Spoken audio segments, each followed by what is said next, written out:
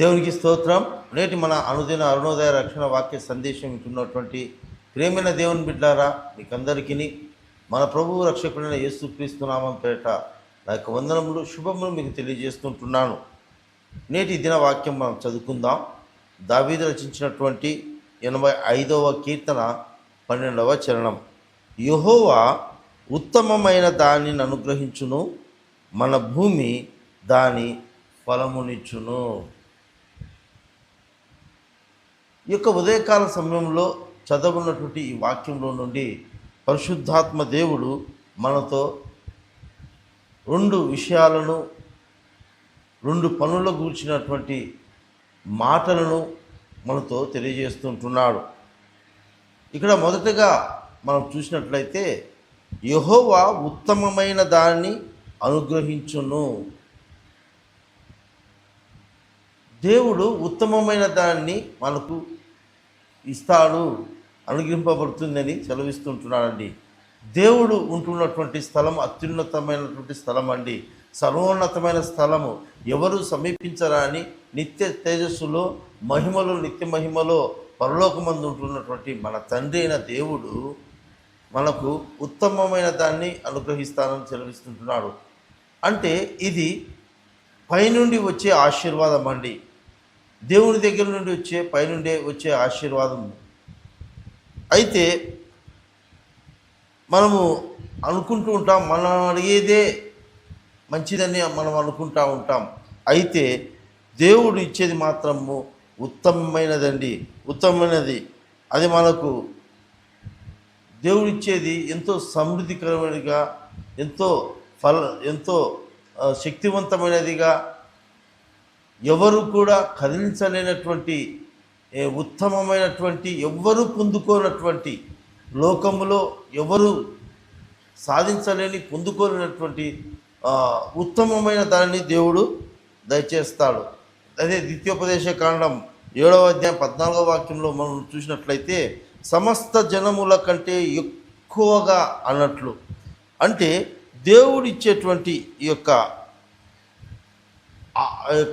ఆశీర్వాదం అని చెప్పచ్చు, దీవెనని చెప్పచ్చు, దేవుని దగ్గర పొందుకునే అనుగ్రహం అని చెప్పచ్చు అండి. అది ఎట్లా ఉంటుందంటే సమస్త జనముల కంటే ఎక్కువగా,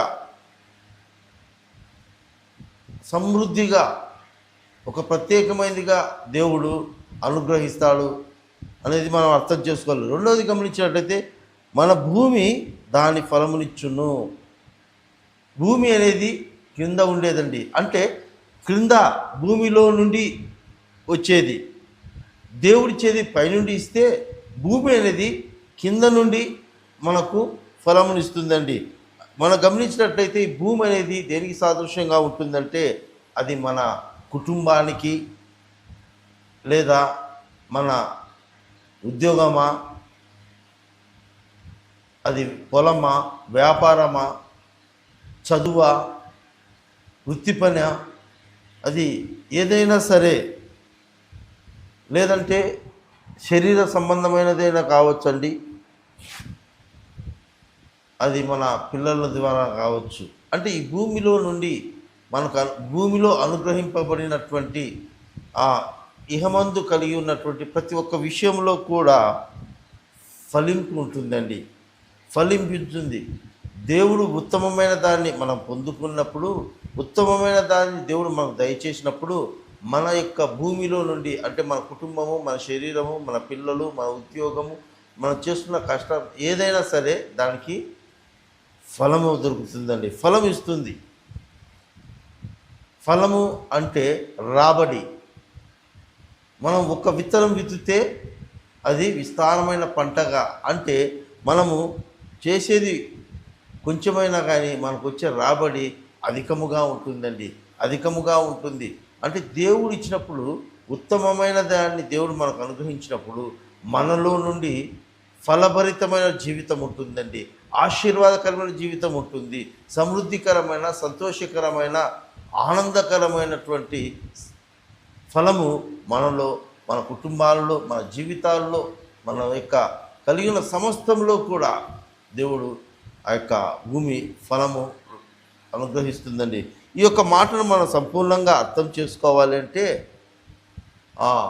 ఆదికాండం 20వ అధ్యాయంలో గమనించినట్లయితే అక్కడ ఆ దేశంలో కరువు వచ్చినట్టుగా చూస్తామండి.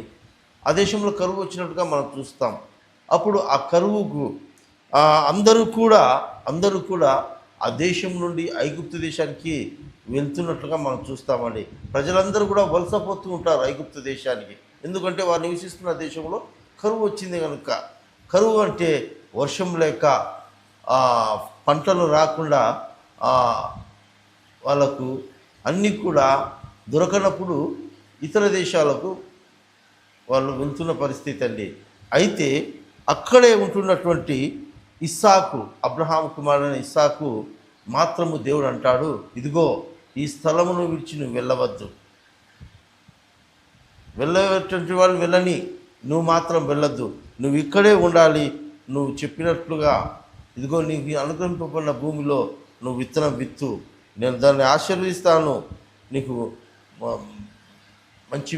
నిన్ను దీవిస్తాను, నువ్వు ఎక్కడికి పోవాల్సిన అవసరం లేదు అని చెప్పినప్పుడు ఆ మాటకు, దేవుడు చెప్పిన మాటకు ఇస్సాకు విధేయత చూపిస్తాడు. ప్రేమల దేవుని బిడ్డారా, విధేయత చూపించి విశ్వాసంతో తనకు ఇచ్చిన పొలములో విత్తనం విత్తుతాడు.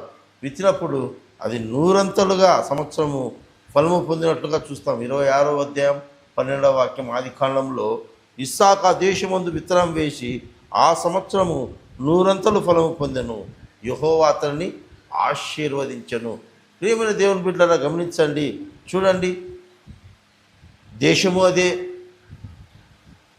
భూమి అదే, అంటే కరువుతో నిండుకున్న భూమిలో అదే అండి. కానీ యెహోవా దేవుడు ఉత్తమమైనది అంటే వర్షము, ఆయన కనికరము, ఆయన దయ, ఇస్సాకు దేవుని మాట వినడం ద్వారా, అక్కడే నిలిచి ఉండడం ద్వారా దేవుడు వర్షాన్ని కురిపించాడండి. కాబట్టే ఇస్సాకు భూమి 100 ఫలించింది.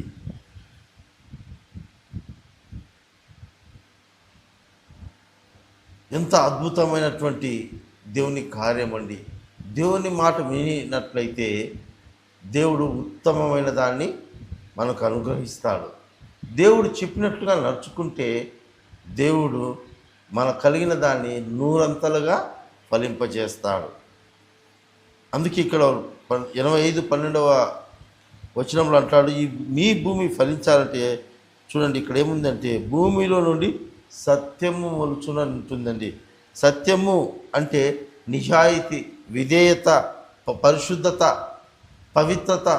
భూమిలో మనము అంటే ఇవి మన కుటుంబాలలో, మన జీవితాలలో, మన యొక్క పనులలో, మన మాటలలో, మన ప్రవర్తన అంతట్లో కూడా ఈ నిజాయితీ, విధేయత, పవిత్రత అనే వాటిని మనం విత్తితే దేవుడు పరలోకం నుండి నీతిని కురిపిస్తాడు. ప్రియమైన దేవుని బిడ్డలారా, ఉత్తమమైన దాన్ని కురిపిస్తాడు. అప్పుడు మన జీవితాలు, మన కుటుంబాలు ఎంతో ఫలభరితంగా ఉంటుంది, ఎంతో ఫలితంగా ఉంటుంది. కనుక ఈ యొక్క ఉదయకాల సమయంలో ఈ మాట ఉంటున్నటువంటి మన జీవితాల్లో, మన కుటుంబాల్లో ఒకవేళ ఈ కరువు అనే ఎండినటువంటి, మూడు బారినటువంటి జీవితాలు, పరిస్థితులు మనం ఉన్నట్లయితే దానికి కారణం ఏమైనదో మనం గ్రహించాలండి. ఒకవేళ ఆ యొక్క ప్రజలు ఐగుప్తు వైపు చూసినట్లుగా ఒకవేళ మనం కూడా మన కలిగిన పరిస్థితిని చూసి ఐగుప్తు వైపు చూస్తుంటున్నామేమో, అంటే లోకం వైపు చూస్తుంటున్నామేమో, మనుషుల వైపు చూస్తుంటున్నామేమో.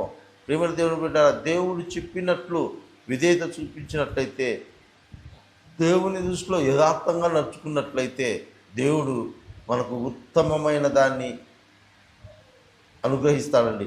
ఎప్పుడైతే దేవుడు మన పట్ల ఉత్తమమైనటువంటి ఆయన నీతి, ఆయన దయ, కనికరం అనేది మన మీద అనుగ్రహిస్తాడో అప్పుడు మూడు బారినటువంటి మీ కుటుంబాలలో, ఎండినటువంటి మీ జీవితాలలో దేవుడు మంచి ఫలమునిస్తాడు, మంచి ఫలమునిస్తాడు. కనుక ఉదయకాలం సమయంలో అందరూ కళ్ళు మూసుకుందాం.